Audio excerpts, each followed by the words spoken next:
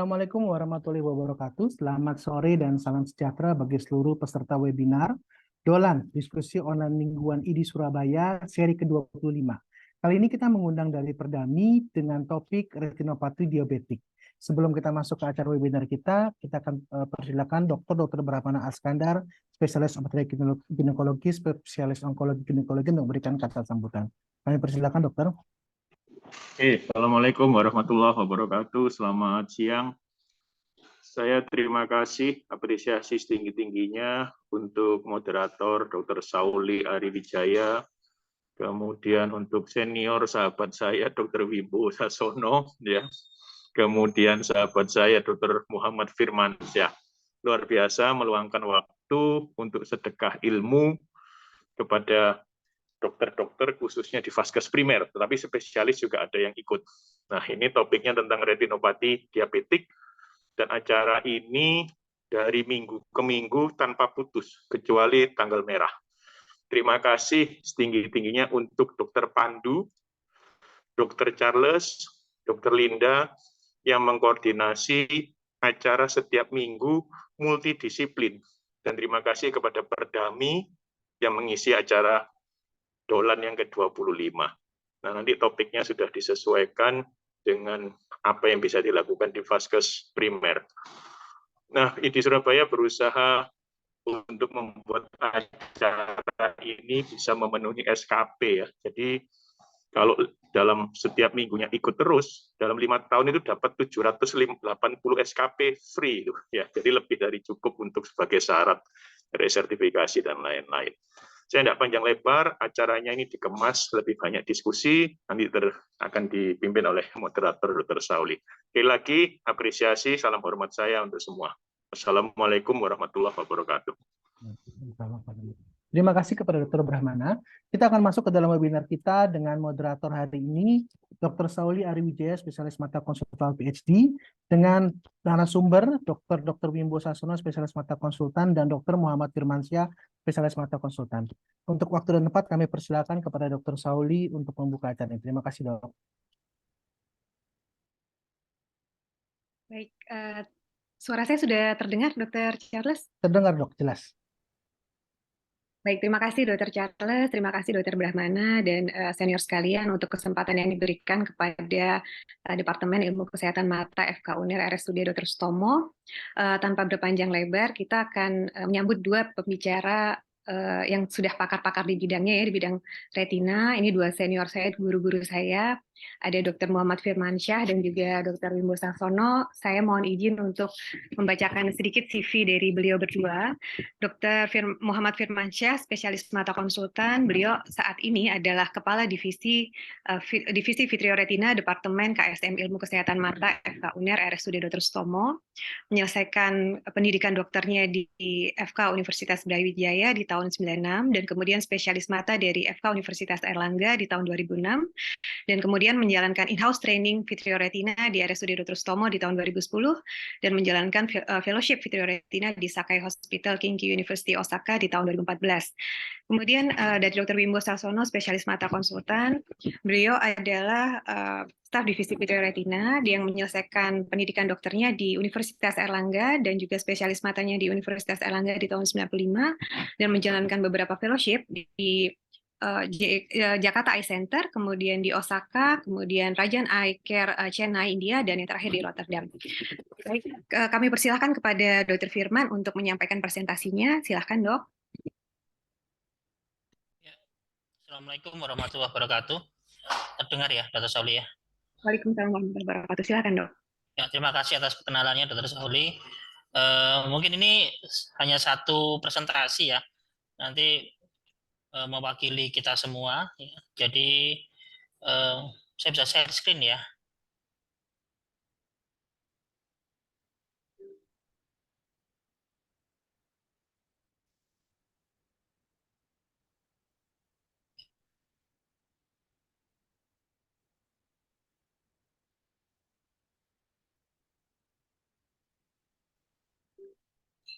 Ya, dikecilin.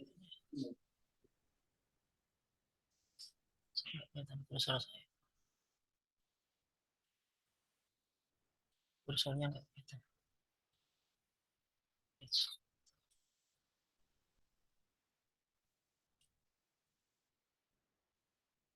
Mohon maaf.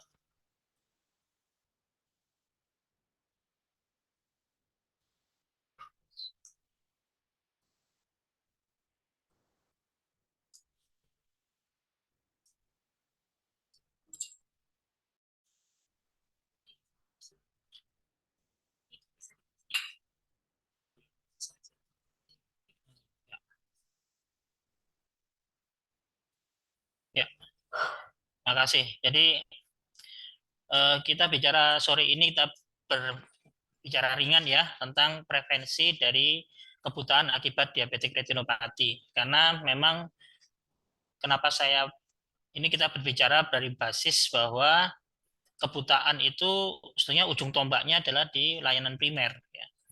Ujung tombaknya untuk pemberantasan atau pencegahan kebutaan akibat diabetik retinopati adalah di layanan primer. Seperti kita tahu bahwa angka penderita diabetes di dunia ini semakin lama semakin meningkat ya. Nah, ini kita pada tahun 2013 ini kita sudah dapat ranking berapa ini ya? 1, 2, 3, 4, 5, 6, 7. Wah, ranking 7. Masuk 10 besar dunia. Ini kalau 10 besarnya pendapatan per kapita ya alhamdulillah. Ini 10 besarnya adalah angka pasien diabetes. Dan angka ini diperkirakan akan naik dari tahun 2013 ini ada sekitar 8,5 juta penduduk Indonesia itu akan naik bertambah 55% pada tahun 2035. Di mana sekitar 50% dari pasien dengan diabetes itu akan mengalami diabetik retinopati dalam beberapa spektrum ya, beberapa stadium ya. Dan ini pada akhirnya dari sepertiga atau setengah dari pasien yang diabetes tadi, setengahnya akan mengalami diabetes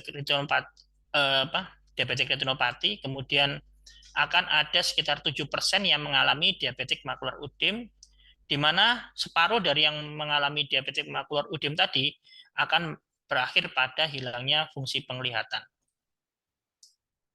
Nah, ini juga sama, ini estimasi dari International Agency of Preventable Blindness pada tahun 2017.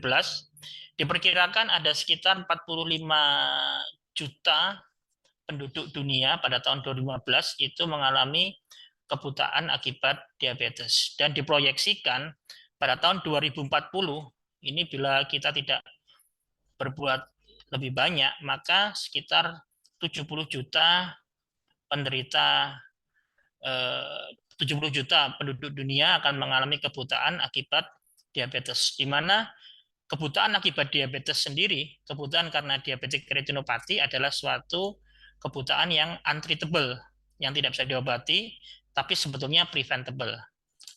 Bagaimana kondisi di Indonesia? Kondisi Indonesia sama, di sini memang terbanyak kebutuhannya katarak ya. Tapi dari seluruh populasi sekitar 1,6% penduduk Jawa Timur ini hasil dari rapid assessment of avoidable blindness pada tahun 2015. Ini belum kita lakukan ulang ya. Sebetulnya harusnya 2019 atau 2020 itu harusnya dilakukan ulang, tapi karena COVID kita belum melakukan ulang. Ini ada 1,6% penduduk di Jawa Timur yang mengalami kebutaan akibat diabetes. Penghalangnya apa? Ini kita bicara penghalangnya di Amerika sendiri, di negara yang kita anggap sebagai negara yang pendukungnya untuk kesehatan baik ya. Itu kurang dari 50% pasien dengan diabetes itu mendapatkan pemeriksaan tahunan terhadap pemeriksaan tahunan retinanya. Jadi hanya kurang dari 50%. Nah, ini bisa dibayangkan di United States, di Amerika aja untuk screening itu masih belum baik ya. Masih kurang dari 50% pasien diabetes di screening. Nah, di sini kita harus hati-hati karena hampir 30% dari pasien-pasien dengan diabetic retinopathy akan jatuh pada vision threatening diabetic retinopathy, yaitu suatu kondisi di mana diabetic retinopatinya akan mengancam fungsi penglihatannya, di mana PTDR sendiri didefinisikan karena adanya suatu NPDR yang berat, non-proliferative diabetic retinopathy yang severe, kemudian proliferatif diabetic retinopathy dengan atau disertai dengan diabetic macular edema. Dan bila tidak ditangani dengan baik, hampir separuh dari penderita dengan VTDR ini akan berakhir pada gangguan penglihatan berat dan kebutaan. Secara global, 1,07% kebutaan akibat diabetik ada 1,07% kebutaan akibat diabetik retinopati. Di Indonesia tadi gambarannya di Jawa Timur sekitar 1,6%, dan gambaran ini juga berlaku di beberapa provinsi yang lain. Gimana kita menghitung bebannya? Nanti ini teman-teman yang ada di puskesmas ya mungkin bisa membantu kita, bisa mengira-ngira ya berapa sih sebetulnya beban dari penduduknya yang akan buta gara-gara diabetic retinopathy. Ini prevalence dari diabetes mellitus pada penderita di usia di atas 15 tahun sekitar 5,7%, dengan angka diabetic retinopatinya sekitar 35%, dan VTDR-nya sekitar 11%. Ini kita harus ingat bahwa sebetulnya kebutaan akibat diabetic retinopathy ini adalah suatu kebutaan yang avoidable, yang bisa dihindari, tapi memang kalau terjadi kebutaan maka dia sifatnya untreatable. Dan ini merupakan suatu penyebab kebutaan pada usia produktif, yaitu pada populasi di bawah 50 tahun. Kalau di atas 50 tahun, penyebab utama kebutaan adalah katarak. Kalau katarak, treatable. Jadi dioperasi katarak selesai. Insya Allah bisa ada perbaikan tajam penglihatan. Berbeda dengan kasus-kasus dengan kebutaan akibat diabetic retinopathy. Ini saya loncatin aja, ini gambarannya untuk hitung-hitungan tadi. Ini kalau misalkan pada 1 juta penduduk yang di atas usia 15 tahun, dengan perkiraan 5,7% diabetes, sekitar 57.000, akan ada sekitar sepertiganya dengan diabetic retinopathy, maka akan ditemukan sekitar 6.270 orang per 1 juta penduduk itu mengalami vision threatening diabetic retinopathy, dan sekitar 2.000 orang dari 1 juta penduduk akan mengalami kebutaan akibat diabetic retinopathy. Jadi bisa dibayangkan kalau misalkan dalam suatu wilayah atau satu kabupaten ada sekitar 2 juta penduduk yang berusia di atas 15 tahun, maka ada sekitar 4.000 orang yang buta, dan itu sifatnya sebetulnya kebutaan yang bisa kita bantu untuk menghindarinya. Ya, tapi kadang-kadang awareness segala macam berkurang sehingga pasien-pasien ini harusnya tidak perlu buta menjadi buta.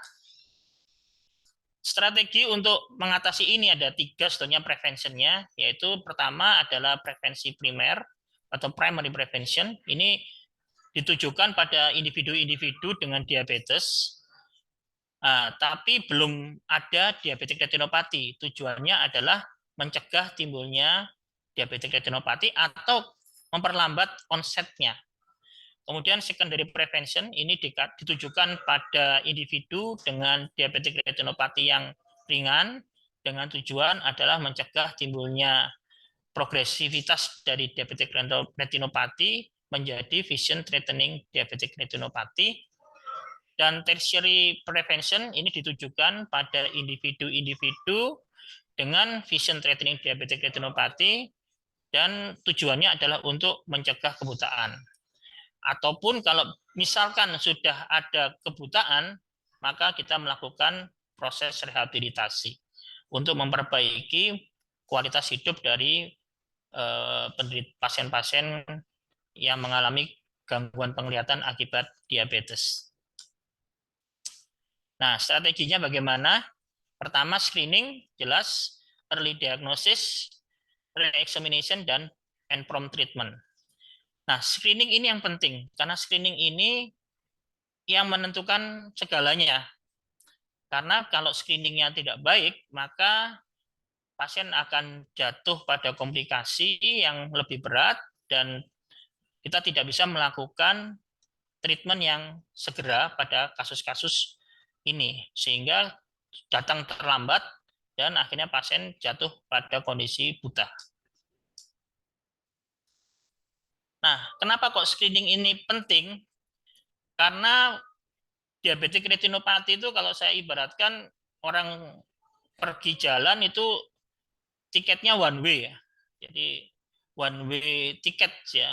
Jadi dari mulai penderita itu normal seperti yang ujung kiri atas, kemudian ada mild yang hanya mungkin visusnya masih bagus, kemudian ke moderate to severe, sudah lebih ramai lagi yang di bawah, kemudian terjadi beberapa kondisi yang lebih berat, di mana terjadi vision threatening diabetic retinopathy, seperti adanya vitreous hemorrhage, traction, dan segala macam, di mana ini adalah suatu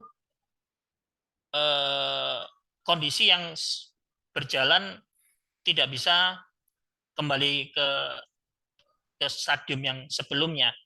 Jadi kalau sudah di stasiun 3, tidak bisa balik ke stasiun atau stadium 1. Ya. Untuk ini kenapa screening program ini penting, karena harapan kita mencegah atau men-stop perjalanan ini. Jadi cukup kalau misalkan stadium 1 atau stadium mild NPDR, dia tidak akan beralih ke stadium moderate ataupun severe NPDR. Nah, ini kapan rekomendasi jadwal screening mata? Ini Perdami sudah pernah memberikan masukan ya, patokan ya. Tergantung tipe diabetesnya. Kalau tipe 1 itu 3 sampai 5 tahun setelah terdiagnosa dengan rekomendasi pemeriksaan atau screeningnya setiap tahun. Tipe 2 itu langsung setelah terdiagnosa dan juga rekomendasi pemeriksaan setiap tahun. Kalau pada penderita tipe 1 dan tipe 2 yang hamil, maka dilakukan evaluasi sebelum konsepsi dan awal trimester pertama. Karena ada bukti-bukti bahwa kehamilan akan meningkatkan progresivitas dari diabetik retinopati itu sendiri. Nah, apa yang harus dilakukan? Yaitu adalah pengambilan riwayat anamnesa yang baik tentang diabetesnya, kapan mulai terdiagnosa, kemudian diperiksa tajam penglihatannya, kemudian juga tajam penglihatannya dengan kacamata, kemudian pemeriksaan fundus atau pemeriksaan retina dengan menggunakan ophthalmoscope ataupun fundus kamera. Kalau visusnya lebih baik dari 6/12, ini dengan tidak ada gambaran diabetik retinopati ya, itu bisa kita rutin re-examination-nya tiap tahun ya. Tapi kalau visusnya itu sudah lebih jelek daripada 6/12, ya kita lihat apakah dia ada diabetik retinopati. Kalau ada misalkan mild atau moderate, maka kalau visusnya antara 6/12 ya atau lebih jelek, maka ini harus kita rujuk ke spesialis mata. Mungkin bisa kita apakah benar karena diabetik retinopatinya atau ada kelainan refraksi. Jadi kita lihat dan dilihat juga dari stadiumnya. Kalau misalkan masih mild atau moderate, ya itu cukup tidak urgent. Tapi kalau sudah severe ataupun adanya suatu proliferatif diabetik retinopati di mana sudah ada perdarahan, vitreous, ada tarikan-tarikan retina, maka ini adalah rujukannya bersifat urgent. Ini saya lewatin saja. Ini gambar suatu kondisi dengan proliferatif diabetik retinopati ya. Ini sebetulnya kalau dengan foto kamera maka ada yang kita sebut sebagai seven field ya. Ada 7 gambar foto yang diambil yang disatukan untuk melihat atau memeriksa fundus atau retina dari pasien. Ini ada panduan lain. Ini melihat stadiumnya. Kalau diabetik retinopati itu gambarannya tidak ada apa-apa ya, nggak ada abnormalitas, tidak timbul, tidak normal ya, tidak ada gambaran apapun. Kalau mild itu hanya kita dapatkan mikroaneurisma. Jadi hallmarknya atau tanda pastinya adalah adanya gambaran mikroaneurisma. Ini sebetulnya bisa periksa dengan oftalmoskop.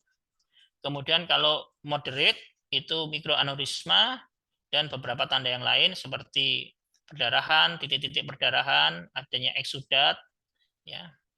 Kemudian kalau berat itu ada suatu patokan, ya, ada namanya 421 ya, tapi ini saya jadi intraretinal hemorrhage, jadi ada perdarahan, ini lebih dari semua kuadran, kemudian adanya venous bleeding di 2 kuadran, dan adanya intraretinal microvascular abnormalities pada 1 kuadran.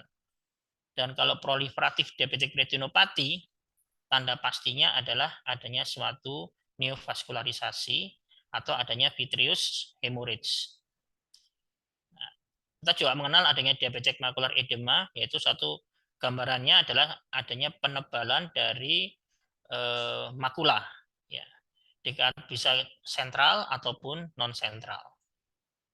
Ya, tapi memang kalau agak sulit membedakan dengan oftalmoskop ya, tapi pada stadium dari diabetik retinopati sebetulnya bisa diamati dengan menggunakan oftalmoskop. Nah, ini patokannya juga kapan kita harus melakukan pemeriksaan.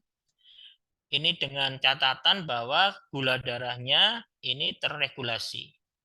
Jadi kalau misalkan tidak tampak adanya gambaran diabetik retinopati atau adanya non-proliferatif diabetik retinopati yang ringan, ini bisa kita lakukan pemeriksaan ulang 1-2 tahun sekali, nggak usah setiap bulan, ya, dan tidak perlu dilakukan rujukan kepada oftalmologis. Kalau ada mild non-proliferative diabetic retinopathy, catatannya gulanya terkontrol ya, terkendali, kadar gula itu setiap tahun, 1-2 tahun, sama dengan non apparent diabetic retinopathy. Kalau moderate ini bisa setiap 6 bulan. Kalau dalam kondisi NPDR yang berat, di mana perdarahannya sudah ada di 4 kuadran, ini kita harus lakukan pemeriksaan kurang dari 3 bulan sekali. Dan pasien-pasien dengan proliferatif diabetic retinopathy, yang mana kita sudah temukan new vessel ataupun adanya perdarahan vitreous, ini kita lakukan pemeriksaan tiap bulan sekali. Nah, ini sama, ini nanti ini tentang diabetic macular edemanya, mungkin ini kalau sudah di center rujukan. Ya. Akan selalu ada pertanyaan, gimana sih memulai screeningnya? Apakah harus beli fundus kamera? Sebetulnya tidak. Jadi oftalmoskop itu sudah cukup sebetulnya untuk di layanan primer. Tapi kalau misalkan ada fundus kamera, ini lebih baik. Walaupun memang mahal ya. Di beberapa negara itu sifatnya mereka menaruh fundus kamera ini di sebuah mobile unit, dan mobile unitnya ini dikoordinasi oleh dinas kesehatan setempat. Dia akan melakukan pemeriksaan secara berkala, muter ya ke puskesmas-puskesmas. Ini dicontohkan di beberapa negara kayak di Myanmar, kemudian di Thailand ini menggunakan sistem seperti itu. India juga menggunakan sistem seperti itu. Jadi sebetulnya cukup 1 atau 2 fundus kamera dan dipakai sebagai mobile unit. Ya, memang tergantung jumlah penduduknya. Jadi mungkin kalau penduduknya lebih besar, maka jumlahnya juga yang disediakan juga lebih banyak. Tapi tidak harus setiap unit kesehatan memiliki 1 fundus kamera. Ya, ini sama, ini alur screeningnya. Pasien-pasien yang misalnya di outreach ya, di puskesmas, ini pasien-pasien yang sudah diabetes, ini kita lakukan pemeriksaan tajam penglihatan, kemudian dilakukan foto fundus dengan bisa dengan dilatasi pupil atau tanpa dilatasi pupil dengan mobile unit. Kemudian hasil fotonya dikonsultasikan ke konsultan retina, kemudian akan ada feedback apakah pasien ini perlu tindakan atau tidak perlu.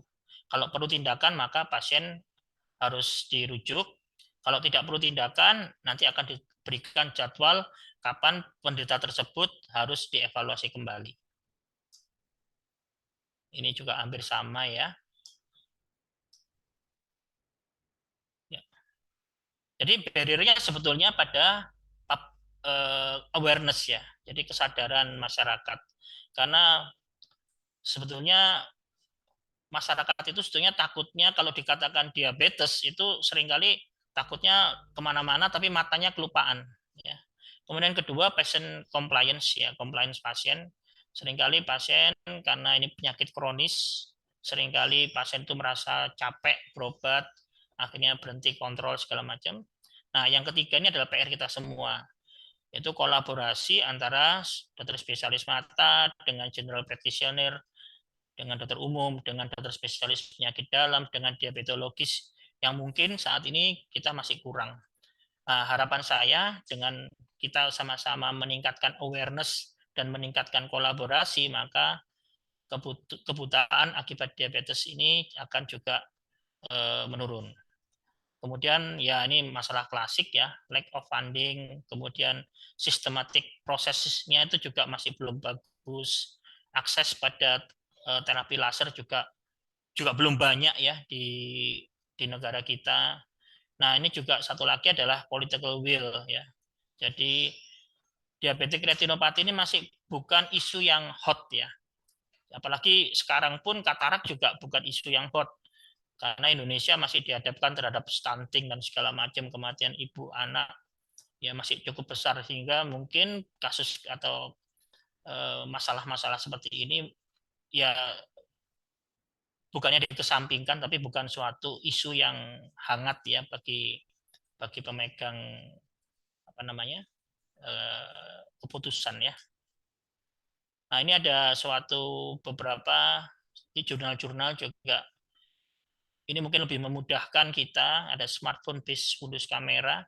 Ini kemarin saya coba prakarya ini ya. Jadi dengan smartphone kita bisa foto, kemudian bisa kita kirim ke dokter spesialis mata. Harapannya kalau misalkan telemedicine ini adalah pasien-pasien diabetes kemudian diperiksa oleh fundus pemeriksaan fundusnya oleh, saya tidak sebutkan dokter ya, tugasnya dokter sudah banyak di puskesmas, kita ngomongnya eye care provider, kemudian dikonsultasikan ke spesialis mata setempat, nanti ada treatment suggestion atau saran terapi atau jadwal screening, bisa nanti diulang atau dikonsultasikan ke spesialis vitreoretina. Bagaimana dengan sekarang ada lagi artificial intelligence. Kemarin kita juga sempat ada penelitian dengan teman-teman dari UIN ya, Universitas Islam Negeri Sunan Ampel Surabaya. Ini orang teknik ya sebetulnya ya. Jadi menggunakan suatu metode foto fundus itu kemudian ada suatu kita kayak semacam artificial intelligence. Jadi akan suatu automated diagnosis ya. Jadi di sini dikatakan bahwa angka apa namanya? Itu bisa sampai ketepatannya bisa sampai 85%, 90% ya.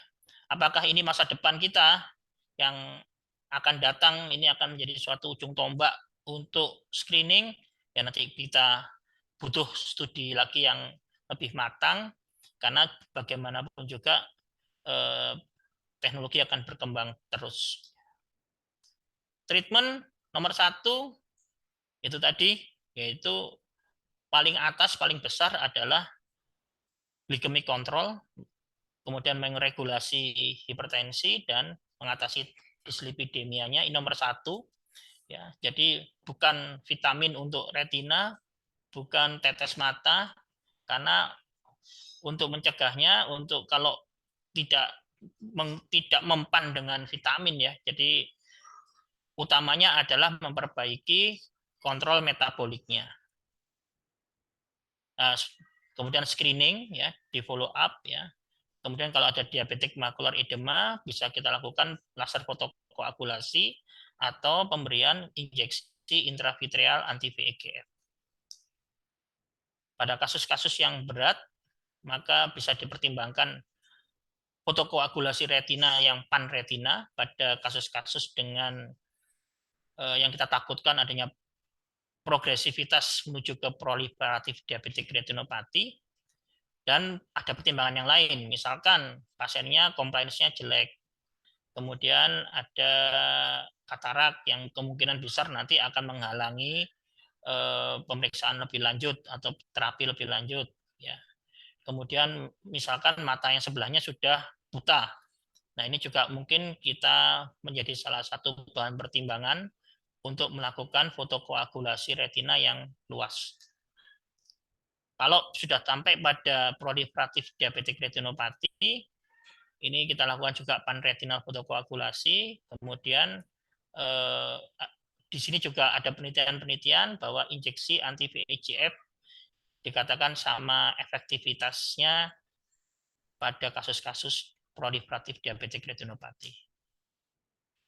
Ini kalau misalkan pasien sudah jatuh pada kondisi yang berat, di mana ada perdarahan yang hebat yang tidak hilang dalam 1-3 bulan, kemudian adanya traction, ada tarikan-tarikan di retinanya, ada traction di makula, ya maka ini adalah indikasi untuk dilakukannya vitrektomi pada kasus-kasus diabetik retinopati. Ini sebagai penutup, jadi kembali saya tekankan bahwa kebutaan akibat diabetik retinopati itu adalah suatu kebutaan yang tidak bisa diobati, tapi bisa dicegah. Dan yang memegang peranan penting dalam pencegahan kebutaan tersebut adalah screening dan pemeriksaan berkala. Kemudian membutuhkan kerjasama yang baik antara baik itu pasien dan dokter, maupun sesama dokter, antara dokter umum dengan dokter spesialis mata, dokter penyakit dalam dengan dokter spesialis mata, atau bahkan kadang-kadang diabetes itu ditemukan oleh misalkan dokter kandungan atau dokter anak atau juga oleh dokter saraf ya. Jadi ini kita harus perlu melakukan kerjasama yang baik. Nah, kalau saya screening harus dilakukan sejak pasien itu didiagnosa dengan diabetes mellitus tanpa harus menunggu penurunan fungsi penglihatannya. Dan kunci penting dari penanganan atau pencegahan diabetik retinopati adalah dengan mengoptimalisasi kontrol metabolik pasien-pasien kita. Dan pada tugasnya dokter mata itu adalah kita melakukan treatment sesuai dengan kasus yang terjadi. Saya rasa itu dulu. Terima kasih. Assalamualaikum warahmatullahi wabarakatuh. Waalaikumsalam warahmatullahi wabarakatuh. Terima kasih Dr. Firman atas paparannya yang luar biasa ya, sangat lengkap. Dan itu tadi kalau nggak salah foto kita zaman 2016 atau 2017 ya dok ya. Ya, ini kita baksos ini ya, jadi kayak semacam penyuluhan, kemudian juga melakukan pemeriksaan screening untuk diabetik retinopati. Oke, terima kasih Dr. Sauli, mungkin bisa dilanjutkan. Baik, terima kasih Dr. Firman. Ini karena masih belum ada pertanyaan-pertanyaan, mungkin kita bisa sambil ngobrol-ngobrol ya dok ya, Dr. Bimbo, Dr. Firman, mungkin saya izin memulai dengan untuk general practitioner nih dok, kalau misalkan di primary care kita nggak ada fundoskopi, kira-kira mulainya gimana ya dok ya? Mungkin Dr. Bimbo ada saran duluan dok sebelum Dr. Firman. Iya, ya repot ya, tanpa fundoskopi. Tapi tadi dengan bantuan iPhone tadi ya, itu yang dikreasi oleh Dr. Firman, kayaknya bisa itu, ya. Cuma tetap harus beli lensanya ya, lensanya. Jadi mungkin untuk teman-teman di sini yang kurang paham itu tadi iPhone-nya itu atau perangkat telepon handphonenya itu ditambahin oleh suatu lensa ya, lensa condensing ya. Jadi mesti kita sediakan lensa itu untuk bisa menembus ke dalam media refraksi mata sehingga kita bisa melihat retinanya. Itu tanpa oftalmoskop ya. Jadi suatu hal yang sangat berguna untuk screening. Ya cuma lensanya aja mungkin Dr. Sauli yang perlu disosialisasikan. Baik, Dokter, terima kasih. Mungkin Dokter Firman bisa menambahkan, Dok, teknisnya gitu, Dok, yang memudahkan. Terima kasih, Dr. Sauli. Jadi yang setahu saya ya di puskesmas itu sudah ada ya oftalmoskop. Tapi kalau misalkan teman-teman nggak ada, walaupun tidak diperiksa ya, tapi pasiennya sudah diabetes, tanpa harus menunggu penurunan visus, itu sebaiknya memang di-refer, ya, dirujuk untuk screening. Ya. Saya rasa di Jawa Timur ataupun kalau ini kita bicaranya di Jawa Timur ataupun ini apalagi di Surabaya ya, di Jawa Timur itu ada 312 dokter spesialis mata. Jadi pasti hampir setiap kabupaten itu sudah ada dokter matanya. Jadi saya rasa bukan suatu halangan untuk melakukan screening. Kalau misalkan para teman sejawat itu kita harusnya aware ya. Jadi ada diabetes, ada keluhan, tidak ada keluhan. Kalau misalkan bisa diperiksa, kita periksa. Harapan saya bisa memeriksa karena sebetulnya pemeriksaan oftalmoskop itu kompetensinya 4 kalau nggak salah ya, Dokter Sauli ya. Dan kalau misalkan tidak bisa memeriksa atau tidak punya alatnya, saya titip bahwa pasien-pasien dengan diabetes jangan dibiarkan atau jangan ditunggu sampai fungsi penglihatannya menghilang. Jadi harus segera dilakukan pemeriksaan. Minimal dilakukan pemeriksaan visus dan refraksi. Tapi memang tidak bisa, kadang pada beberapa pasien itu walaupun visusnya itu baik, tapi di beberapa tempat sudah mulai ada gambaran diabetik retinopati yang harus juga sudah mulai ditangani. Itu mungkin Dokter Sauli. Terima kasih. Baik, terima kasih Dokter Firman. Ini pertanyaan-pertanyaannya udah mulai banyak ya Dok ya. Saya izin bacakan satu-satu. Nanti menjawabnya ini kebanyakan untuk Dokter Firman, tapi sebenarnya presentasinya tadi untuk barengan ya Dok ya. Ya, presentasinya bersama-sama. Soalnya kalau satu-satu nanti habisnya presentasi nggak ada diskusinya. Nanti ini dari Dr. Justinus Charles, pada ibu hamil dengan diabetes gestasional, kira-kira apa resiko terjadinya retinopati ini sama? Terima kasih, silakan Dok. Dokter Firman dulu Dok, yang pertama. Ya. Terima kasih. Jadi salah satu yang menyebabkan progresivitas itu meningkat itu adalah kehamilan. Jadi kalau misalkan ibu ini berencana untuk hamil, itu sebetulnya harus dievaluasi dulu sebelum dia hamil, diakses. Kemudian kita lihat lagi setiap trimester itu minimal sekali.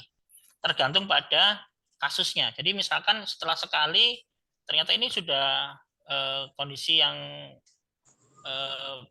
severe atau moderate ya, yang membutuhkan treatment laser, maka treatment lasernya harus dilakukan, tidak perlu menunggu sampai pasien itu partus ya, tapi sebelumnya sudah harus diikuti. Jadi yang meningkatkan resiko atau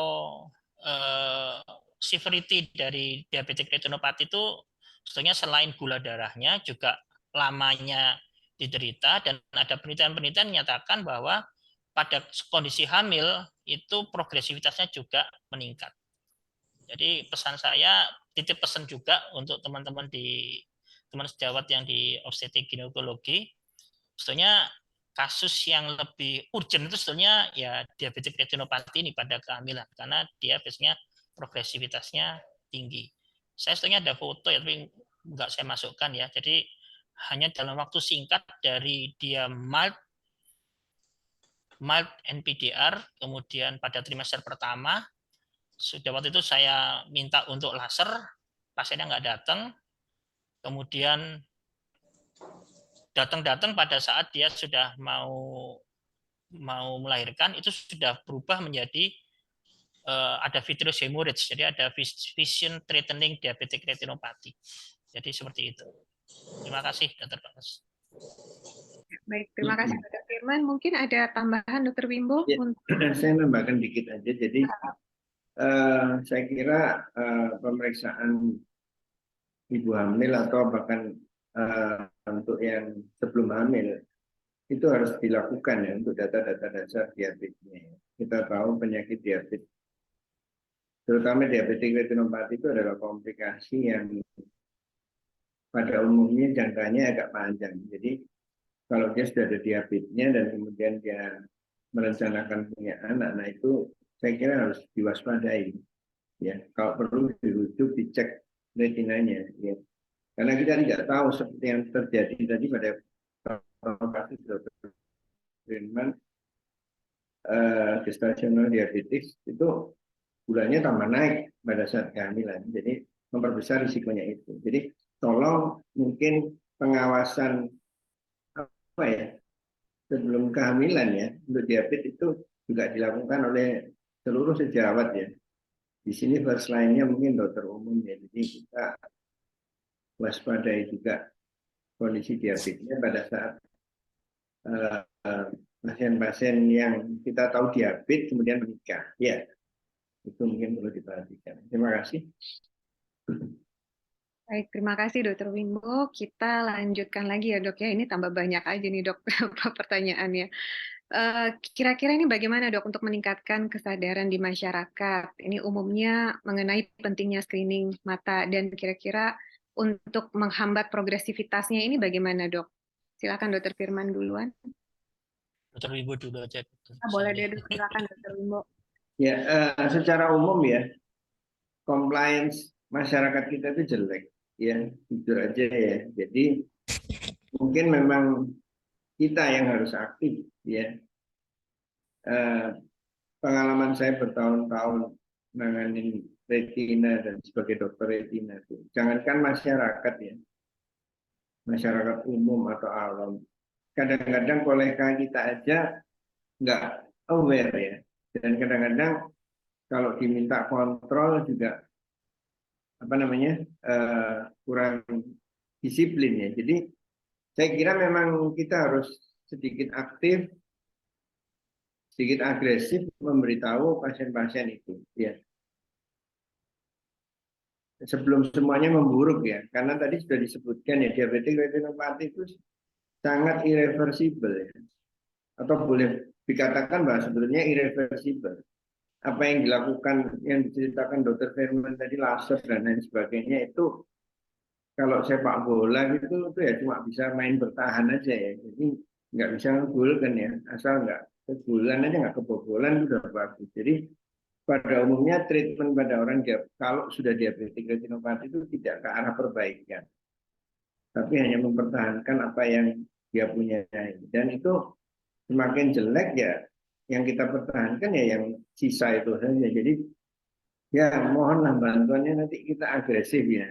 Saya menyebutnya ini mata ini, diabetes pada mata ini suatu apa, forgotten complication ya. Karena biasanya pasien-pasien itu yang diperhatikan ginjalnya, jantungnya ya. Kadang-kadang ironis pasiennya kondisi umumnya lumayan, matanya yang nggak bisa lihat, ya sering begitu ya. Jadi tolong mulai sekarang kita perhatikan mata ini ya. Nanti Dr. Firman coba jelaskan di sini bagaimana beban suatu keluarga jika ada satu keluarga yang nggak bisa melihat ya, meskipun itu hitung-hitungannya untuk katarak ya. Saya kira dari saya itu aja ya. Susah, memang susah menjelaskan ke masyarakat ya, ke kolega aja susah kok. Terima kasih. Silakan dokter. Terima kasih Dr. Wimbo. Silakan Dr. Firman Ya. kalau mau. Terima kasih. Jadi saya pernah ada seorang spesialis retina, Prof. Ian Constable dari Australia itu bilang, kalau mau itu tunjukin fotonya. Jadi tunjukin fotonya sudah berantakan pasiennya itu, nah ini pasti dia takut gitu ya. Dan jangan berkata-kata yang harus tegas, kata beliau, bahwa endpoint dari diabetes retinopati adalah kebutaan yang tidak bisa disembuhkan. Itu nomor satu. Ya. Tapi memang yang sulit itu adalah bagaimana seseorang itu tahu bahwa atau menyadari bahwa diabetes itu juga menimbulkan kebutaan. Itu mungkin PR dari kita semua ya untuk seperti itu. Mengenai hitung-hitungan, jadi gini, satu orang buta itu akan membawa satu orang yang sehat keluar dari pekerjaannya. Jadi apalagi yang terutama kalau seperti yang telah diteliti oleh para ahli kedokteran komunitas ya, kebutaan akibat diabetes retinopati itu terutama terjadi pada mereka yang usianya di bawah 50 tahun. Seperti yang tadi sempat saya sampaikan, jadi diabetes itu komplikasinya di mata itu tergantung dari kadarnya, kontrol metaboliknya, dan lamanya. Nah, pada pasien-pasien yang timbul pada diabetesnya pada misalkan usia muda, usia 15 tahun, 20 tahun, maka pada saat dia umur 40 tahun, mungkin sudah dia 20 tahun mengalami diabetes. Nah, diabetes retinopati itu biasanya timbul pada tahun ketiga dan tahun kelima, sesuai atau beriringan dengan kerusakan dari vaskulernya. Dan kalau tidak diterapi, maka semakin lama, maka progresivitasnya semakin jelek, semakin buruk. Biasanya pada setelah tahun ke-7 atau tahun 10 itu biasanya kalau tidak dilakukan treatment dengan baik, maka akan timbul suatu proliferatif diabetes retinopati dan seringkali mengarah ke kebutaan. Jadi kenapa semakin banyak yang timbul pada kebutaannya timbul pada usia di bawah 50 tahun. Akhirnya nanti dia buta, kemudian dia akan membawa satu orang lagi untuk membantu dia dalam beraktivitas sehari-hari, sehingga akan ada 2 orang yang kehilangan pekerjaannya. Itu hitung-hitungannya pada orang yang buta sendiri itu akan mengakibatkan kehilangan pendapatan per kapitanya itu 1 hilang, dan yang menemani itu dihitung itu setengah. Jadi akan ada kehilangan pendapatan yang cukup besar di masyarakat. Itu sebenarnya adalah suatu, kalau kita mau melakukan advokasi ke pembuat kebijakan, yaitu sebetulnya kita tonjolkan supaya mendapat perhatian. Ya. Tapi memang yang nomor satu awareness kita masih jelek dan compliance juga masih jelek. Itu aja mungkin ada yang bisa saya tambahkan, Dr. Sauli. Baik, terima kasih Dr. Firman. Ini melanjutkan tentang awareness ya dok ya. Ini ada pertanyaan juga. Bagaimana kita meningkatkan kolaborasi dengan teman sejawat internis, mengingat banyak sekali pasien diabetes, namun pada kenyataannya hanya sedikit yang kontrol ke dokter mata. Apakah harus nunggu ada keluhan gitu ya dok ya? Silakan dokter. Dokter Wimbo dulu, silakan dok. Baik ya, saya kira mungkin kalau saya membayangkan ya, mungkin memang kita harus potong ya. Jadi kita memang lemah ya dalam koordinasi. Jadi bahkan antar kolega juga begitu. Mungkin karena sejawat yang lain juga sudah fokus ke arah penyakitnya yang ruwet di situ ya. Kadang-kadang yang terlewatkan di situ. Maka mungkin sebaiknya kalau seperti di luar negeri memang kita memberikan semacam flyer-flyer atau semacam informasi ke masyarakat ya bahwa diabetes itu bisa kena mata loh ya. Jadi itu aja masyarakat sebenarnya nggak paham ya. Jadi mungkin kalau hemat saya kita potong di situ ya, karena pasien-pasien yang kolega atau ke teman sejawat ya internet pun kadang-kadang udah ruwet juga ya. Nanti pada saat dikirim ke kita, retinanya juga sudah amburadul juga biasanya. Jadi kita harus potong lebih ke depan ya, dengan informasi ke masyarakat. Tapi ya kita tahu sendiri masyarakat kita sendiri untuk hidup sehari-hari ada susah ya. Mungkin BPJS mungkin bisa banyak membantu di sini ya. Dan mungkin juga Kementerian Kesehatan. Jadi itu aja mungkin Dr. Sauli dari saya. Baik, terima kasih. Ada tambahan Dr. Firman? Ini saya aja Dr. Sauli mungkin menambahkan mungkin sekalian dengan beberapa pertanyaan di bawah ya. Jadi yang selalu ditanyakan apakah kalau misalkan gula darahnya itu terkontrol itu apakah hanya menghambat atau mengobatin ya atau meregresi atau hanya merepresi ya. Jadi gini, kalau misalkan pasien itu sudah dalam stadium tertentu ya, maka dia tidak akan beranjak dari stadium itu. Jadi misalkan pasien sudah di moderate non-proliferatif diabetic retinopathy. Ini biasanya kalau saya bilang ke pasien-pasien saya, kalau saya ibaratkan stadium kanker ini stadium 2 gitu ya. Mild, moderate, severe, proliferatif dan advance ya. Jadi kalau sudah di stadium 2 atau di stasiun 2 itu dia tidak bisa kembali ke stasiun 1.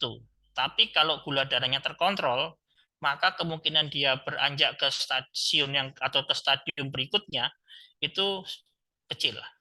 Dan juga dengan tambahan terapi-terapi yang sesuai dengan stadiumnya. Misalkan perlu laser, ya perlu laser ya di laser. Nanti kalau harusnya perlu laser minta dioperasi ya percuma.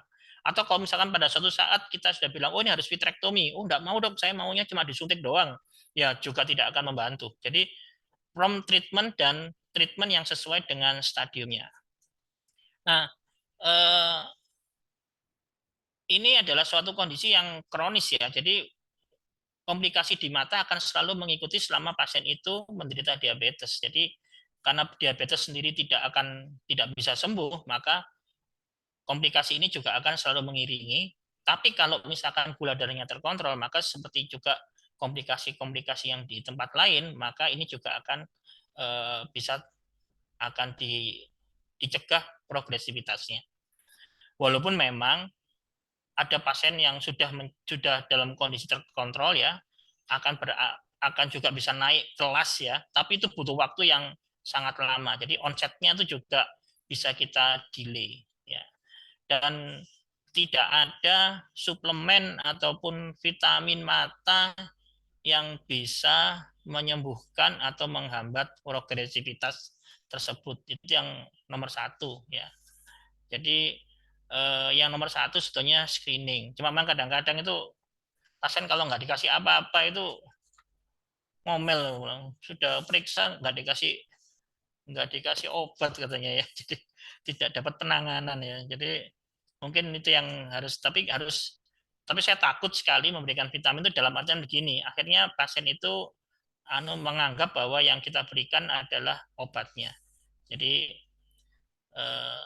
yang paling tepat adalah mengingatkan kontrol metabolik pada pasien-pasien diabetes kita. Itu aja Dr. Sauli. Ya, baik, terima kasih dok. Jadi edukasinya yang agak panjang ya dok ya. Kalau untuk pasien-pasien seperti ini ya dok ya, kalau kita mungkin tidak memberikan obat-obatan, tetapi memberikan edukasi yang cukup banyak. Kemudian tadi terkait screeningnya dok, ini ada pertanyaan juga, apakah DM tipe 1 maupun tipe 2 ini ada perbedaan tidak dok untuk screeningnya? Kalau screeningnya nggak ada, jadi tetap waktunya, dan screening ini kan berdasarkan dari keparahan pada saat kita temukan dan apa yang akan kita lakukan. Jadi tidak. Cuma memang kenapa kok screeningnya kalau tipe 1 itu 3-5 tahun setelah terdiagnosa, itu dikarenakan sedangkan yang NPDR yang tipe 2 itu langsung, karena biasanya tipe 2 itu kan pada saat didiagnosa itu dia sebetulnya sudah lama kan mengalami diabetes. Ya. Jadi pasti seringkali sudah timbul komplikasi. Sementara yang tipe 1 biasanya pada saat terdiagnosa itu juga belum terlalu lama menderita diabetes, sehingga biasanya baru muncul ya akibat dari kerusakan vaskulernya, akibat kondisi hiperglikemiknya itu baru muncul sekitar 2-3 tahun setelah pasien itu terdiagnosis. Tapi sebetulnya biar lebih gampang, biar nggak kecolongan, begitu pasien terdiagnosa diabetes mellitus, apapun tipenya, ya bukannya minumnya teh bot, mohon maaf, pesan sponsor ya. Jadi apapun tipenya, begitu terdiagnosis sebaiknya dilakukan screening. Dan nanti setelah screening itu kita tentukan screening berikutnya kapan, atau kita mungkin melakukan tindakan apa, itu kita lakukan setelah screening pertama. Dan yang penting lagi adalah re-examination. Jadi pemeriksaan ulang yang berkala, yang sesuai dengan kondisi yang awal sebelumnya ditemukan. Itu aja Dokter Sauli. Terima kasih. Baik, dokter. Mungkin untuk Dokter Wimbo, kira-kira untuk pasien dengan HbA1c berapa, ada nggak dok ketentuan, misalkan pasien ini harus dikontrolkan kapan, kemudian setiap berapa lama pasien ini harus dikontrolkan ke dokter mata, dok?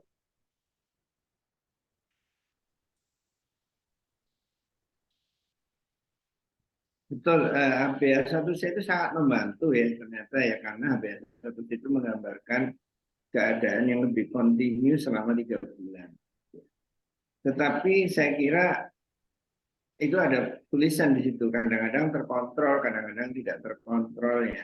Nah ini mulai ya, kalau sudah ada kadang-kadang, bukan kadang-kadang tidak terkontrolnya, yang diingat pasien, saya kan sudah terkontrol ya, karena itu nggak pernah periksa mata. Nah itu ya, jadi padahal diabetes sendiri kan fluktuatif ya.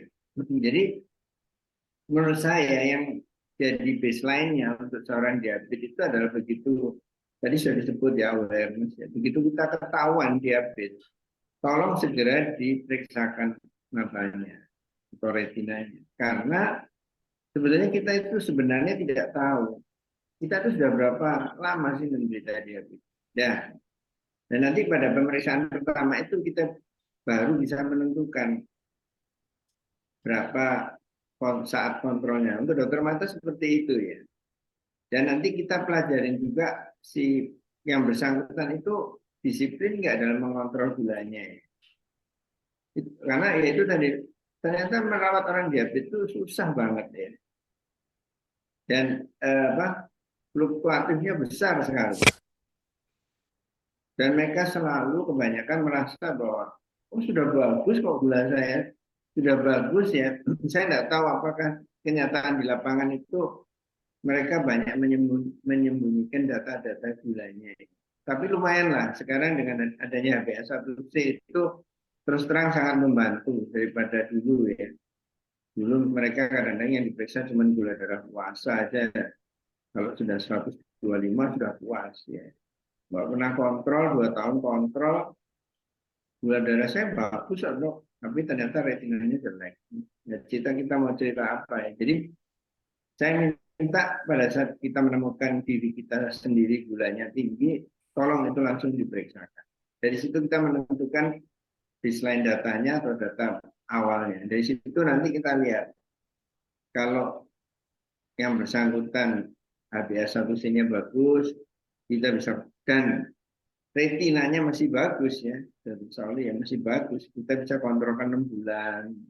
Bahkan kadang-kadang pasien-pasien yang sangat disiplin itu kontrol 1 tahun pun kondisi retinanya masih baik. Tapi kalau titik awalnya dia sudah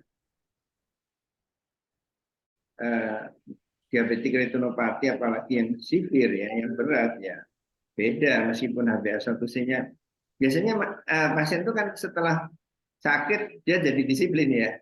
Nah, tapi retinanya udah amburadul ya. Karena itu ada quotes ya, ada quotes yang bilang yang menyembuhkan merokok itu apa? Yang menyembuhkan merokok itu ya sakit kanker ya. Setelah sakit kanker dia berhenti rokoknya ya. Setelah matanya nggak gitu bisa lihat, dia disiplin. Tapi it's too late ya, sudah terlambat. Jadi saya kira begitu tahu diabetes langsung periksa kita aja. Setelah itu baru kita menentukan berapa ininya masa kontrolnya. Karena kalau pasien dikasih kabar baik cilaka kita ya. Ditakut-takutin aja nggak takut ya. Ya terima kasih. Baik, Dr. Wimbo. Ini karena waktu juga, mungkin satu pertanyaan terakhir untuk Dr. Firman. Telemedicine ini sendiri untuk telemedicine untuk retina sendiri di Jawa Timur kira-kira sudah bisa dilakukan belum, Dok? Sayangnya belum. Itu mungkin saya terlalu males ya. Jadi sebetulnya saya kemarin saya mengembangkan, saya bekerja sama dengan beberapa teman dari universitas lain. Jadi untuk lensanya itu yang smartphone itu dengan teman-teman di ITS, dan kemudian saya juga dengan teman di UIN itu kemarin mengembangkan yang untuk automated diagnosis ya. Jadi kita menggunakan, jadi prinsipnya itu gini, jadi kita membuatkan suatu algoritma dari komputer ya, mengembangkan algoritma untuk komputer, di mana nanti dengan foto pasien itu atau foto fundus pasien itu dia bisa mengenali dan bisa bilang, oh ini NPDR, ini segala macam. Harapan kita itu memudahkan teman sejawat semua untuk lebih bisa ada panduan lah untuk merujuk, kapan dia merujuk. Jadi kalau misalkan oh ini masih mild gitu ya, itu jadi dia bisalah kita nggak harus segera ya. Ya cuma memang mohon maaf ini mungkin belum bisa saya kembangkan. Moga-moga nggak terlalu lama kita bisa mengembangkan bersama-sama untuk telemedicine. Harapannya adalah satu lagi adalah kita menurunkan angka kebutaan akibat diabetik retinopati. Baik, terima kasih Dr. Firman. Mudah-mudahan segera terwujud ya dok ya. Harapan kita juga untuk artificial intelligence-nya di bidang retina nantinya. Sekali lagi terima kasih Dr. Firman, Dr. Wimbo, dua narasumber kita yang luar biasa untuk waktunya dan sedekah ilmunya pada kita semua. Dan juga untuk partisipan yang sangat aktif ya berpartisipasi untuk pertanyaan-pertanyaannya. Terima kasih, semoga bermanfaat apa yang kita bicarakan pada hari ini. Insya Allah kita akan bertemu di webinar yang akan datang. Saya kembalikan kepada Dr. Charles. Silakan, Dok. Ya, terima kasih sekali lagi kepada Perdami dan Dr. Sauli Ariwijaya, Dr. Wimbo Sasono, dan Dr. Muhammad Firmansyah yang telah menjadi narasumber pada acara Dolan seri ke-25 hari ini. Bagi seluruh peserta, sertifikat akan dikirimkan secara online bagi seluruh peserta yang mengikuti acara hari ini. Dan hari ini pada sampai akhir acara kita masih ada 550 dokter yang mengikuti webinar kita. Jadi kita mengucapkan terima kasih kepada seluruh pembicara yang luar biasa. Pencerahannya tentang retinopati diabetik ya dokter. Rupanya tidak segampang yang kita kira ya dok ya. Terima kasih dan kita undang bagi seluruh dokter-dokter yang ingin mengikuti Dolan seri ke-26 di hari yang sama, hari Senin tanggal 22 Mei 2023. Kali ini kita akan mengundang Perdatin dengan topik resusitasi cairan. Dengan moderator Dr. Prananda Surya Erlangga MK, spesialis anestesi, konsultan. Dan narasumber Dr. Bambang Pujo Semedi, spesialis anestesi konsultan, dan Dr. Teguh Asun Husain, spesialis anestesi konsultan. Untuk demikian kami mohon pamit, mohon maaf kalau kami ada kesalahan kata dan kesalahan tindakan. Kami harapkan bagi seluruh dokter untuk mengikuti acara Dolan minggu depan. Terima kasih.